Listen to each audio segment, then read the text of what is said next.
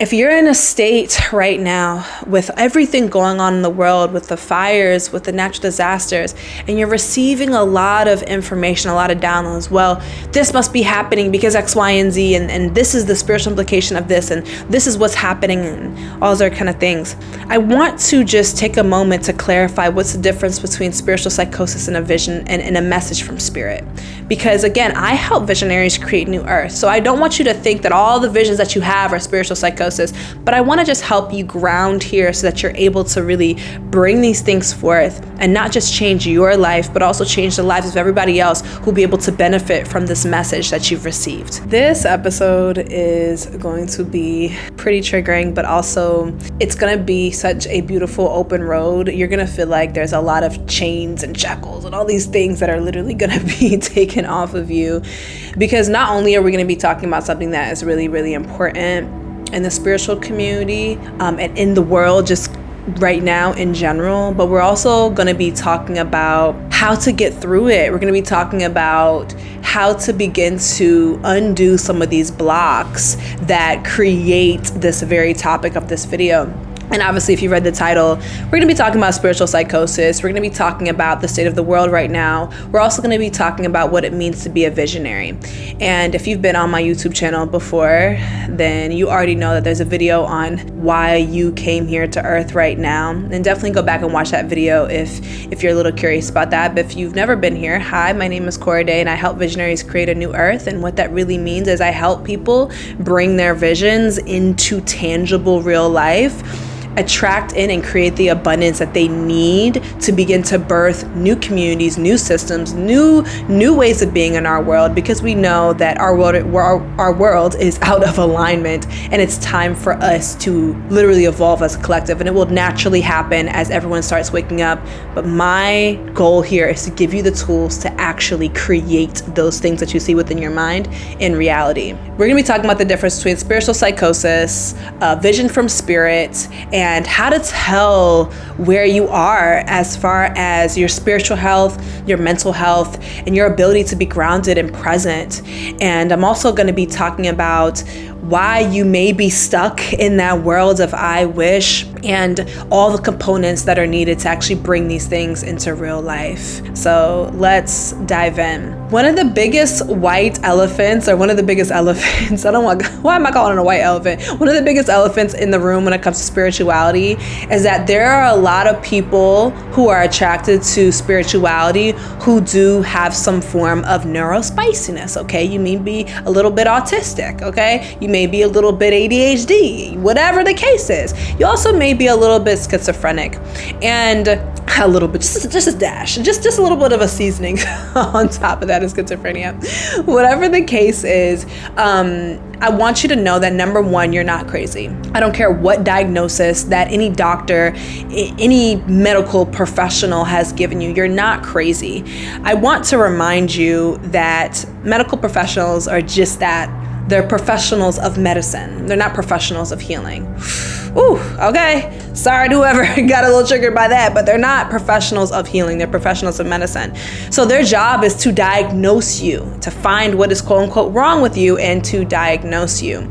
And the fact of the matter is, just that diagnosis is not going to give you all of the healing that you need. Sure, it may give you a lot of resources. It may give you a really good fucking therapist. It also may give you some medication so that you can really move through this society like how they want us to. But also what that puts on you is a label. It puts this label on you that there's something just a little wrong with you, right? And it causes you to other yourself. And I have to start this conversation about spiritual psychosis with that statement itself. There's nothing wrong with you. If you find yourself fixating, right? If you find yourself just really easily enthralled by a lot of these spiritual concepts and a lot of the spiritual information, there's nothing wrong with you whatsoever, okay? There's nothing wrong with you. And I want you to go and, listen to the end of this video and then go and run and tell yourself, I'm in psychosis, what do I do now? There is nothing. I'm going to repeat it again. There's nothing wrong with you. And even if you're not in psychosis and you just in general have ADHD, autism, all these other kind of things, there is nothing wrong with you, okay? But keeping in mind that medical professionals are just professionals of medicine and not professionals of healing, We have to put things into a little bit more of a holistic point of view for us to really be able to be at peace with ourselves. And part of that holistic point of view is understanding not just the things that are going on in your brain, but also what's going on in your spirit. It's really important to remember that in order for us to feel at peace with ourselves, we have to have a more holistic approach at looking at all these things. We have instances of spiritual psychosis. We have bouts of schizophrenic episodes. We have bipolar disorder and all these other things for a lot of reasons within the physical realm. But we also have a lot of reasons and rationale of why this happens also in the spiritual realm. So today in this video, I really want to talk about how to know if you're in a state of spiritual psychosis, how to begin to get out of that state of spiritual psychosis, and some blocks that may stop you from getting out, and basically how to walk through them as well. If you're on this bout of fixation, you've really been eating a lot of spiritual information. What ends up happening is that intake of information begins to overload the third eye or overload the ajna. Now, why is this important? Again, you guys know that all the chakras are connected with a specific layer of reality as well as a specific layer of your aura. The crown chakra is connected with the causal realm or the realm of all of oneness of God. And then we have the ajna or the third eye that's connected with the celestial realm. Now, notice if you're learning about the chakras, you know you need to start from the root. Doesn't matter which one you feel more called to. We all need to start from the root. But notice how it goes from ajna to causal. So with that being said, the ajna is the first step away from the divine, from God, and the first step or the last step back to the one, to God, to source. And so with that being said as well, the ajna is our first introduction into duality. This is why we can tap into some of our gifts, our clairvoyance and things like that with the ajna, because it helps us see beyond duality, beyond the veil, into more of a realm of all existing at once. And when you're able to see reality blended with what is not a physical with physical, then you're able to see the unseen. Now, this is a gift. It can be many times a gift, but also we can come into this space of leaning too much into the unseen, too much into the unknown, having a lot of third eye information coming in. And when we begin to get really confused about what reality we're in, if we're in the physical or are we in the space of the unseen, are we in the 3D reality or are we in the 4D, 5D, 6D, 7D, 8D? When we get really confused about what reality we actually are living in, we begin to be really disoriented. That disorientation leads to a lot of fear and it leads to a lot of paranoia. This fear and paranoia then pulls us into the state of spiritual psychosis. So both spiritual psychosis and schizophrenia, on the spiritual implication side of this all, are really overloads of the ajna and an inability to sense what realm, what world, what dimension you're truly in. And I want to all the time, of course, come back to this statement that there's nothing wrong with you, that you ingesting a lot of this information and getting into this bout of fixation and having a little bit of an obsession for a moment. Trust me, you guys should see how many books I have about spirituality in my house. There's something wrong with you for going on this bout. But one of the ways that we can begin to ground the information, one of the ways we can begin to come out of this state of spiritual psychosis is through sharing what we are receiving, is through sharing also the information that we're learning. The only way to truly master information is to teach it. So it doesn't mean that you start a new Instagram and you say, I'm a teacher now. Shit, if that's what you want to do, then that's what you can do. But it doesn't mean you have to do that. You can literally find some outlet, make an anonymous, Substack, make anonymous discourse, whatever the case is, and start to share the information that you know. Because it's only going to start to ground itself. The information that you're receiving is only going to start to ground itself in the 3D. It's only going to start to become embodied if you talk about it, and through that talking about it, you discover what really makes sense to you, what doesn't make sense to you, what you really need to sit with, X, Y, and Z. And then it really becomes really embedded in the physical vessel vessel of yours because you've been able to communicate it and it becomes more and more real. If you're in a state right now with everything going on in the world, with the fires, with the natural disasters, and you're receiving a lot of information, a lot of downloads, well, this must be happening because X, Y, and Z, and this is the spiritual implication of this, and this is what's happening, and all those other kind of things.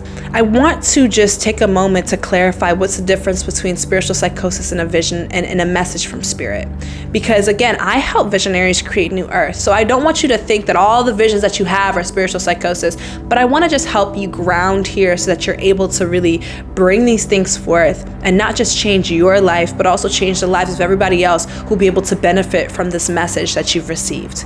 So when we have a lot of downloads in a state of spiritual psychosis, it comes inherently with that aspect of duality. What I mean by this is duality or dualism is good or bad, right and wrong, black and white. And there's no footing, there's no grounding. There's just a sense and over like an icing of just fear and paranoia over a lot of the visions that you receive. This is happening and the government is doing this and that's happening and that's it. And I don't know what to do, but this is what's happening. That's what a download from a spiritual psychosis state really feels like. But if you receive a vision and then you also receive a way, an action-based step, even if it's just one step, to bring this into reality, that's how you know you've received a vision from spirit. And if you're in that state of spiritual psychosis and you're really wondering, okay, is this psychosis or is this a vision?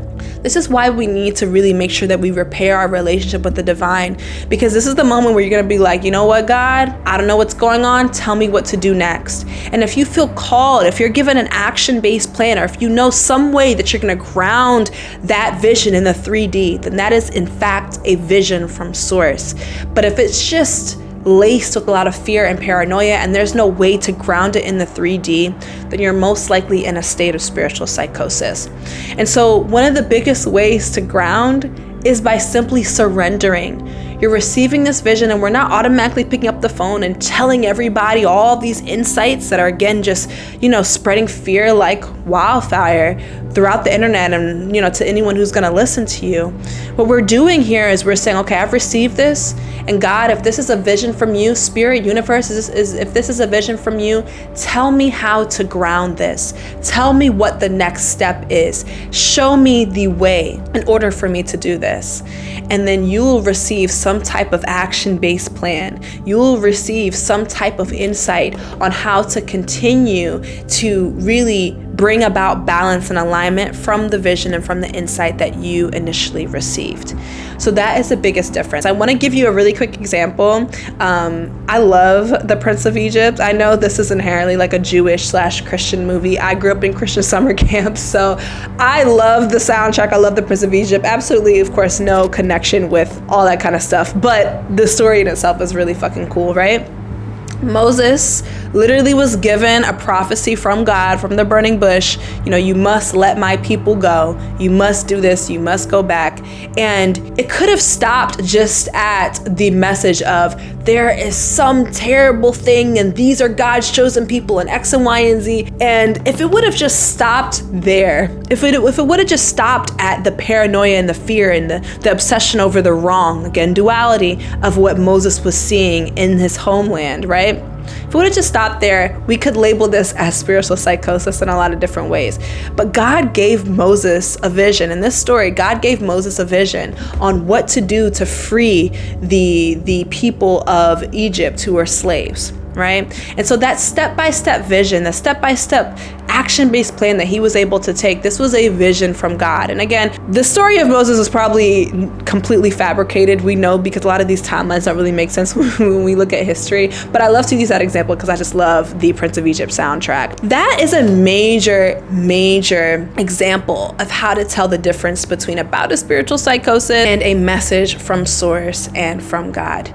Now, I want to talk about why it may be really hard to get out of spiritual psychosis, not just from a space of the mental, but I want to speak about this from more of a space of the spiritual blocks that you may be experiencing. When it comes to manifestation, there are 6 blocks that everyone must get through when it comes to bringing anything into fruition, right?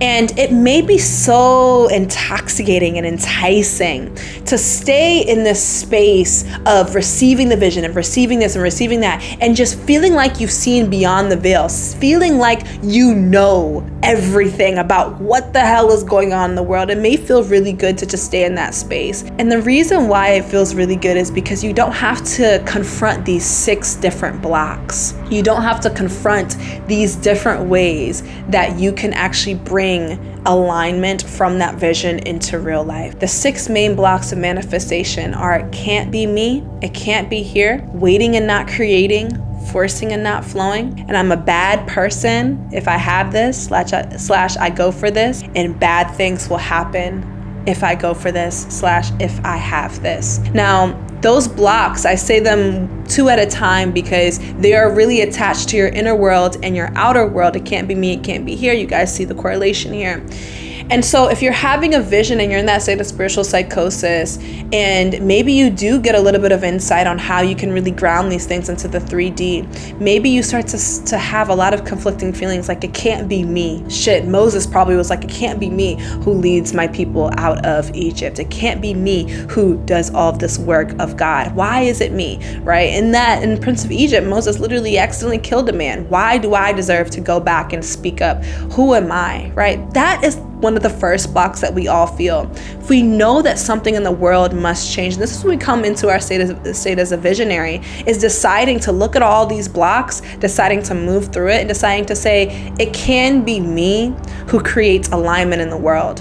And so before I move on with the 6 blocks, I just want to just remind you that your visions and the things that you receive, I'm not villainizing you for them. I'm not saying these are all bad, but I want us to begin to ground them into real life ways that change can really happen. Because until we ground them, when we go through our blocks and we confront the blocks that we have within, and we confront the way that we thought the world works for someone like us, and we confront our shame, and we step into our abilities to be true leaders. And it's not until we do that we really find peace. And this is all a holistic approach to seeing a lot of these things that, modern medicine has deemed as bad, as deemed as something that's wrong with you.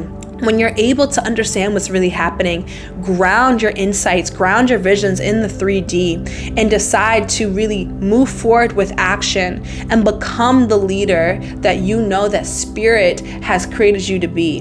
Many times that is the way out, because the only way to not go crazy in the spiritual industry, the spiritual world, is to talk about what you're learning. That's why community is so important. This is why individualism, this is what we're fighting against. We need community in order for us to all stay sane.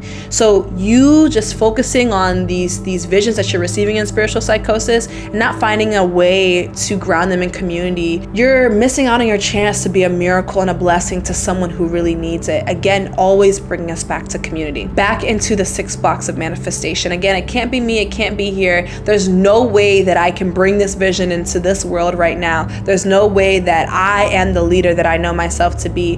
When you start to just sit with the visions that you receive and start to say, okay, I'm gonna fucking go for it no matter what my mind is trying to tell me. I'm going to decide to have more faith in myself. I'm gonna decide to believe in something bigger than myself. That's when a lot of those blocks begin to become dismantled. So it can't be me, it can't be here, waiting and not creating and forcing and not flowing. We have to stop being consistent for consistency's sake. And we also have to stop waiting for when it's your turn. We have to stop waiting for the perfect time when you have the perfect tools and the perfect this and the perfect that. There's never going to be a perfect time. So you have to decide, if you feel a vision, if you see a vision within for an aligned world, for something bigger than yourself, for a vision that, is really going to help not just you, but a lot of other people. We have to decide that you receiving that right now, it needs to be grounded right now. And there's never going to be a perfect time for that to happen. Let's start to move towards that right now. And then, of course, I'm a bad person if I have this, or bad things will come from this. Many times people feel this way about money. I'm a bad person if I have more money. When the fact of the matter is, you receiving your vision, you moving forward with your vision, is just going to allow the resources that you need to come into your life. It's just going to allow all the things that you need to really bring this new aligned, new earth into reality. You moving forward it's going to attract all the things that you need in order for you to birth new earth with all of us. And so money is an important resource, because if it wasn't dollars, it would be cowrie shells. If it wasn't cowrie shells, it would be goats. If it wasn't goats, it would be chickens. We need to decide that we start to say yes to all the ways that this vision can come about besides just our will. We're going to need resources. We're going to need other things to really create this vision. So if we believe that we're bad if we have more resources, that is one of the worst ways or hardest blocks that are going to come up against us in the manifestation that we really see within. And of course, bad things will happen if I do this, if this really comes about. That's really combating a lot of the shame, combating a lot of the reasons why we think that we don't deserve nice things. When we're able to combat those things, then we're able to really move through them and become the leader that we know ourselves to be. So I really wanted to make this video about spiritual psychosis and about a vision and things like that, visions from spirit, because a lot of people are receiving a lot of information right now. And I want to end the video with saying this last very important piece. Many times people come into the spiritual industry, the spiritual community in general, they're looking for healing. They're looking also for answers. They're looking for a way through their pain. And sometimes they're looking for a way out of their pain, but many times they're looking for a way through their pain, whether that's through psychedelics or meditation or whatever the case is. They're looking for a way to heal. And in that search for your healing, many times what happens is that you also find yourself looking for answers to absolutely everything. And while spirituality is definitely a journey and it will give you a lot of answers, we also have to accept that life itself is not going to have answers for everything that happens in life. And we also have to accept that human life is both joy and suffering. It's both happy times and bad times. It's all at once. And when we're able to really expand our capacity to hold both at one time, we can get beyond dualistic thinking. We can get beyond the state of good or bad, right or wrong. I have to know the answer, and this energy of fear and paranoia that comes with dualism.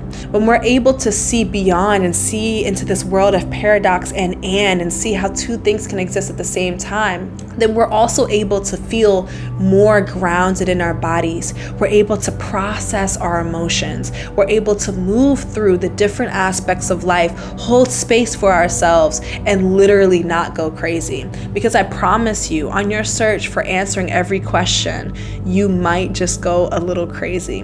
This last teaching that I'm talking about here is going to save you so much time.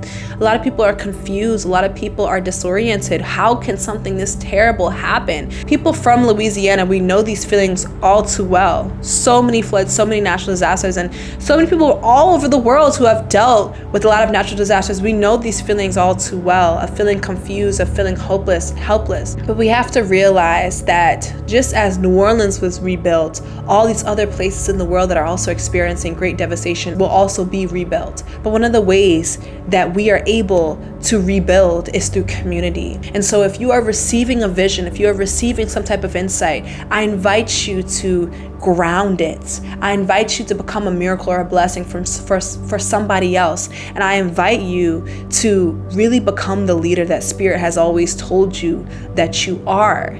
But you cannot do that if you are just spreading fear, and if you're just spreading any rhetoric that stops at be weary, this is happening, everything is bad.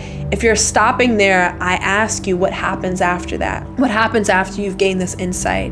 What changes do you think need to be made in society? This is your call to awaken to that leader, to awaken to your light, and to start to say yes to the visions that Spirit is giving you. There's a very big difference between propaganda and fear-mongering versus real, tangible change. And hopefully this video really helps you decipher the difference between that. So if you're somebody who knows you're a visionary and you're ready to step into your purpose, but you don't really know what that is, How to Find Your Purpose free ebook is going to be below. Also, if you're interested in getting through your money blocks, really moving into the space where you're starting to say yes to yourself and stepping fully into who you know you are. 7 C's will be launching in February, and it is a deep dive in uncovering all these money blocks, all the blocks that we have towards love, money, and pleasure, discovering our sacred yes. We are diving straight into that, as well as learning a lot of ancient teachings on wealth and sacred success. That is launching in February as well. You guys already know all that is on my website. Join my newsletter to really tap in as we talk more about these ideas as well. And I love you guys so very much, and I'll talk to you soon. Until next time, this was The Meet. Odabo.